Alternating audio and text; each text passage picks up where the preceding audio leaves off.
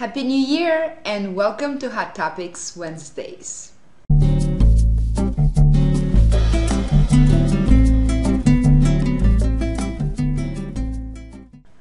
Today we're going to talk about the art of fascination. Have you ever thought why you're captivated by some speakers and teachers and not by others?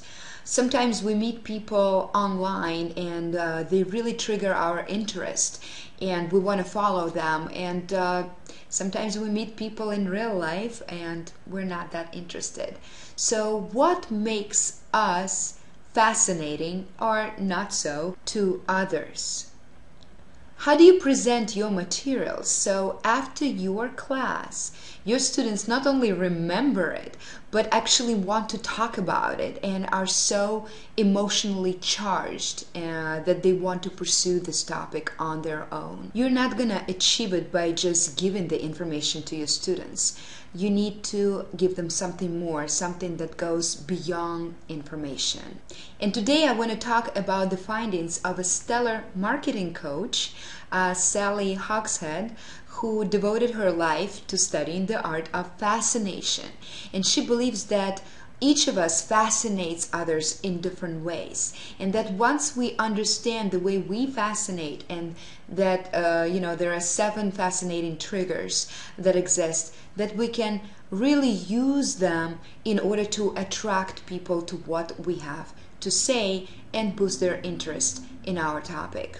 So Sally Hosghead believes that in all communication, there are very specific things that cause us immediately focus and pay attention. So she also believes that we have control over the situation.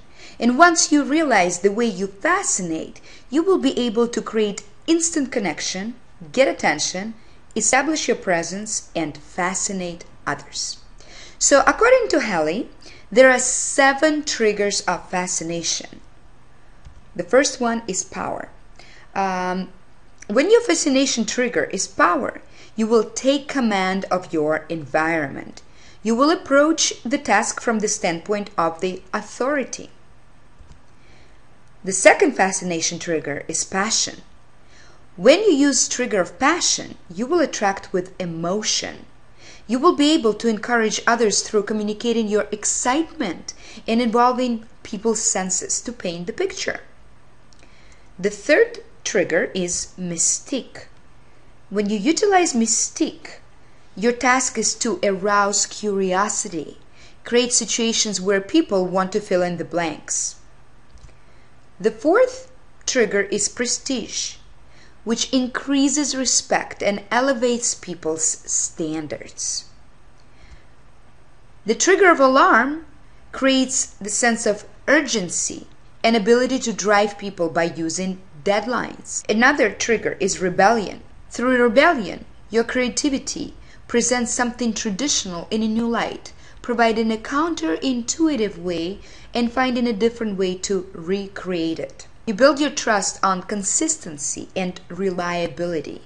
When you use trust, people will know what to expect from this relationship. So very many famous people use these fascination triggers. For example, the trigger of power, passion, mystique, prestige, alarm, rebellion, and trust. Donald Trump uses power and prestige for his fascination. Oprah uses trust and passion. Lady Gaga uses mystique. Charlie Sheen uses alarm.